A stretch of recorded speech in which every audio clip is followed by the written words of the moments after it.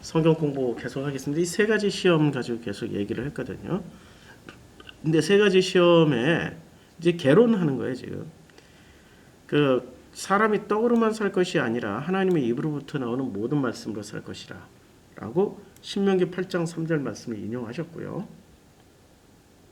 그리고 또 인용하신 말씀이 주 너희 하나님을 시험하지 말라 하였느니라 하시니, 이 신명기 6장 16절을 인용하셨어요.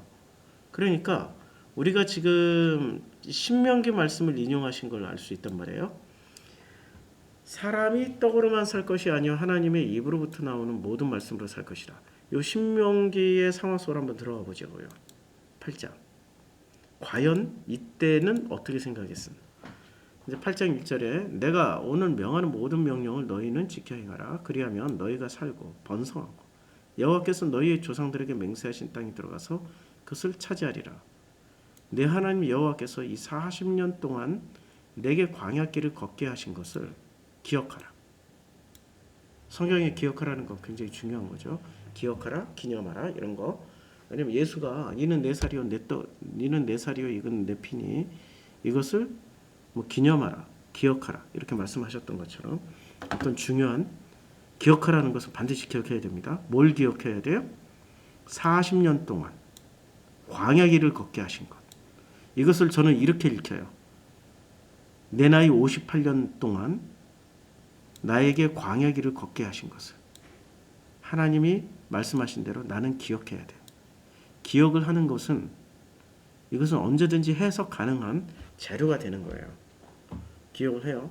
그리고 이렇게 광야 40년을 걷게 하신 목적이 뭐냐? 너를 낮추시며 너를 시험하사 내 마음이 어떠한지.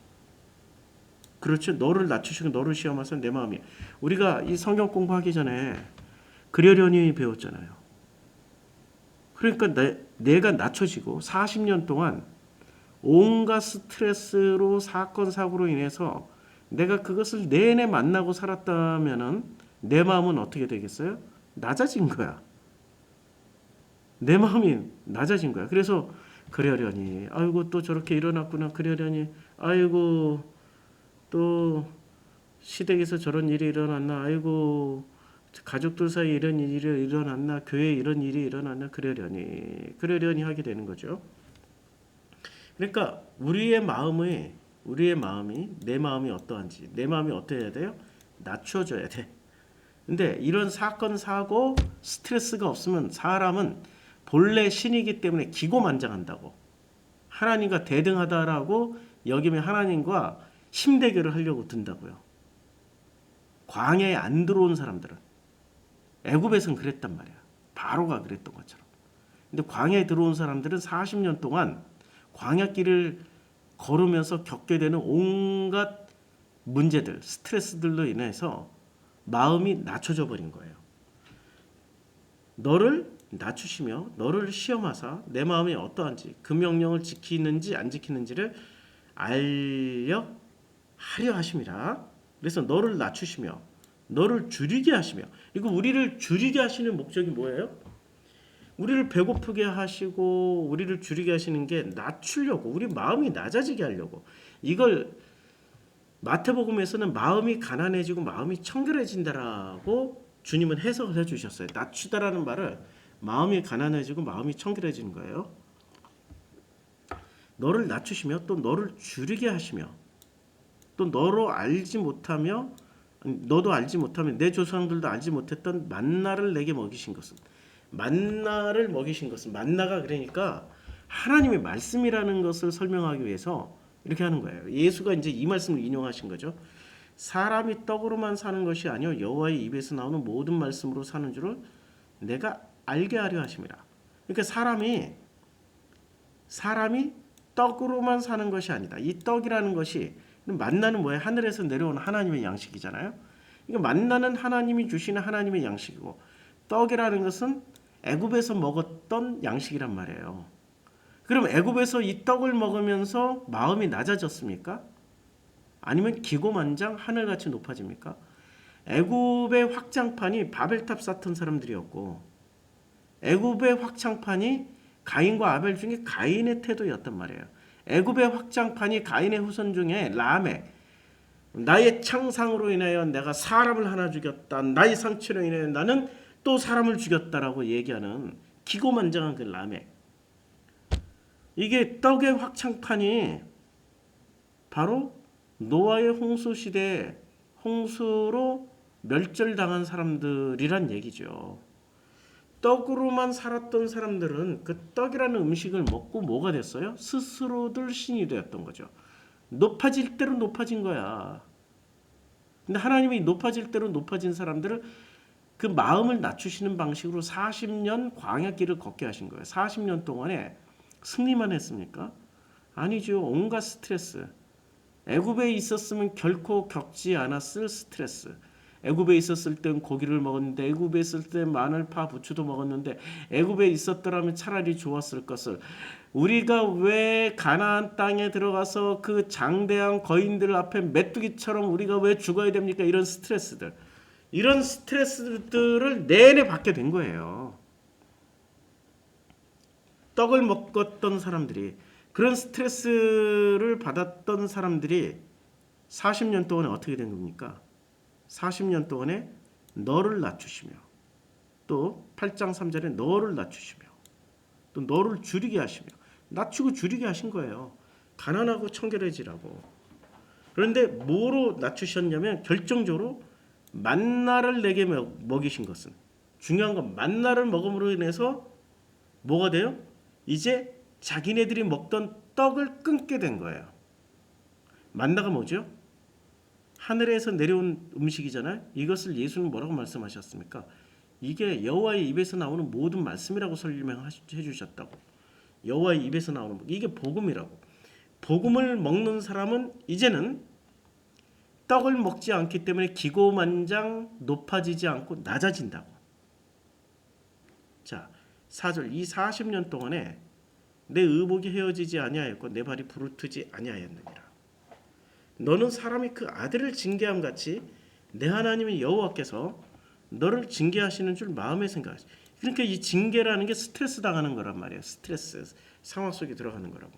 그런데 이 스트레스 상황 속에 들어갈 때마다 우리 뭐를 깨달아야 되냐면, 내 하나님 여호와께서 너를 징계하시는 줄 마음에 생각하시고. 징계, 이게 징계구나. 그러면 내 하나님 여호와의 명령을 지켜 그의 길을 따라가면 그를 경외하면 되는 거예요. 그럴 때 내 하나님 여호와께서 너를 아름다운 땅에 이르게 하시나니 그것은 골짜기든지 산지든지 시내와 분천과 샘이 흐르고 밀과 보리의 소산지요 포도와 무화과와 석류와 감람나무와 꿀의 소산지라. 내가 먹을 것은 모자람이 없고, 모자람이 없다는 거예요. 내가 먹을 것은 모자람이 없고 내게 아무 부족함이 없는 땅이면 그 땅에 들은 철이요 산에서는 동을 캘 것이라.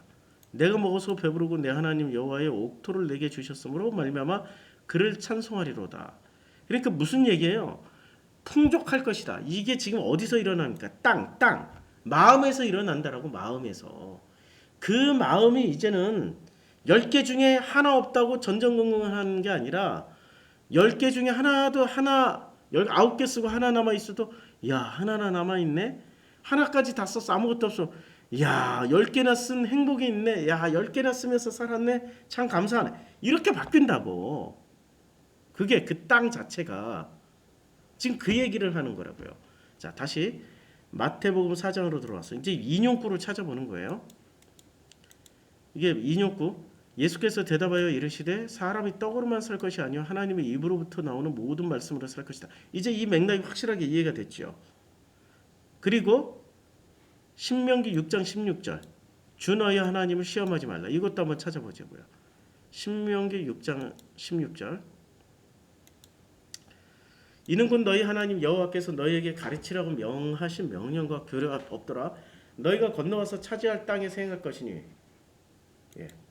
차지할 땅에서 행할 것이니, 이게 이제 차지할 땅, 그 차지할 땅이 가나안 땅이지만 이제는 이게 가나안 땅이라는 상황과 맥락 속에서 이해를 하지만 신약 성경에서는 마음이라고 생각하시면 돼요. 우리가 땅 뺏기 전쟁을 하면은 그 수많은 사람들 죽이거나 죽임당하는 일을 하게 된 전쟁 속으로 들어가는 거예요. 그거 얘기하는 거 아니에요. 지금은 우리 마음을 놓고 얘기하는 거예요. 자, 2절.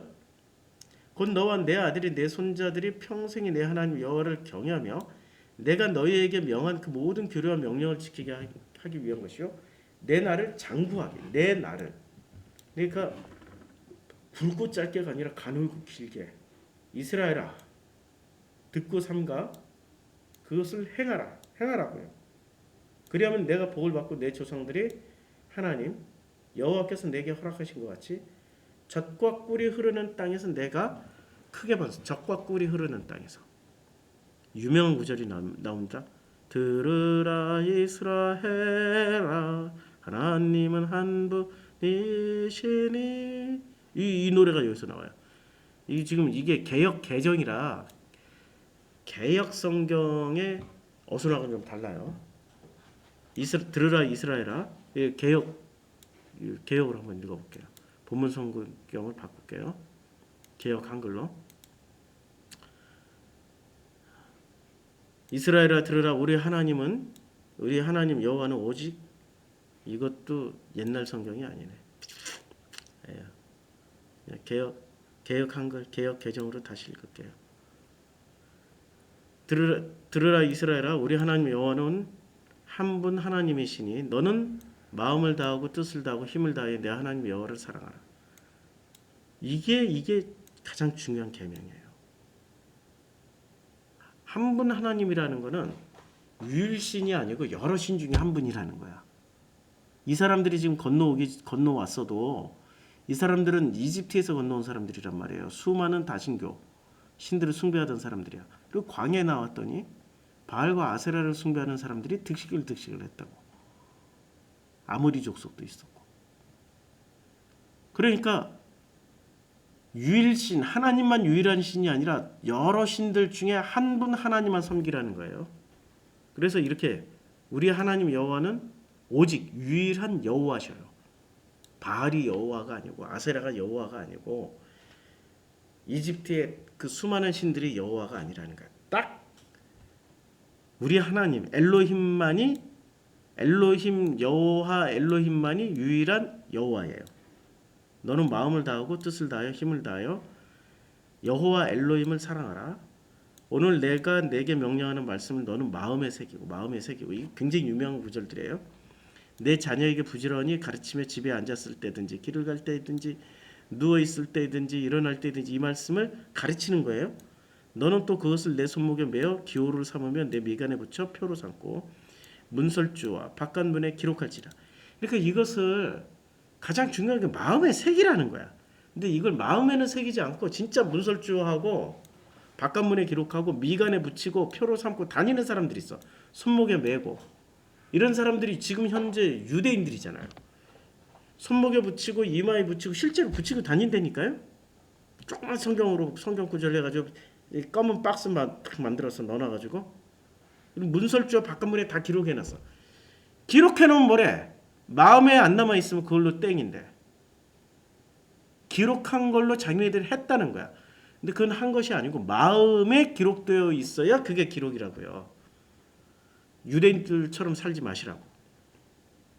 내 하나님 여호와께서 내 조상 아브라함과 이삭과 야곱을 향하여 내게 주리라 맹세하신 땅으로 너를 들어가게 하시고 내가 건축하지 아니한 크고 아름다운 성읍을 얻게 하시고. 그러니까 건축하지 아니한 크고 아름다운 성읍이 뭐예요? 여기에 이스라엘 땅에 들어가서 얻게 하신다는 거잖아요. 근데 이걸 땅을 신약 성경으로 내 마음 안에 하나님의 성전이 지어진다는 얘기잖아요. 내가 채우지 아니한 아름다운 물건이 가득한 집을 얻게 하시며 내가 파지 아니한 우물을 차지하게 내 배에서 생수의 강이 넘치게 하신다는 얘기잖아. 내가 파지 아니한 우물을 차지하게 하시며 그리고 내가 채우지 아니한 아름다운 물건이 가득한 집, 그 집이 성전이라고. 성전 안에 하나님의 아름다운 말씀으로 가득 차는 거죠. 그리고 배불리 먹게 하실 때 배불리 먹는 거예요. 뭘로요? 포도원과 감람나무. 그러니까 감람나무는 성령, 올리브, 포도원은 예수가 나는 포도나무요. 그리고 포도주를 이는 내 피요 내 살이요 했잖아요. 예수로 말미암아 성령과 함께 날마다 배불리 먹게 하며 내 배에서 파지도 아니한 우물, 내 배에서 생수의 강이 넘쳐 흐르게 하신다는 얘기야. 너는 조심하여 너를 애굽 땅 종되었던 집에서 인도해 내신 여호와를 잊지 말고. 그러니까 늘 잊지 말아야 될 게 애굽 땅 종되었던, 이게 종교 생활하면서 우리가 배웠던 그 모든 종살이를 기억을 해야 된다고. 우리 종살이에서 어떻게 벗어났어요? 아니 종교의 종살이에서 벗어났더니 내 배에서 생수의 강이 넘쳐 흐르고 예수 그리스도로 말미암은 포도나무와 그 다음에 감람나무 성령 예수 그리스도와 성령으로 말미암아서 날마다 배부르게 그 복음의 말씀 하나님의 입에서 나오는 복음의 말씀을 지금 먹고 있잖아요. 그게 다 이루어지고 있잖아. 내 하나님 여호와를 경외하며 그를 섬기며 그의 이름으로 맹세할 것이라. 너희는 다른 신들 곧 내 사면에 있는 백성의 신들을 따르지 말라.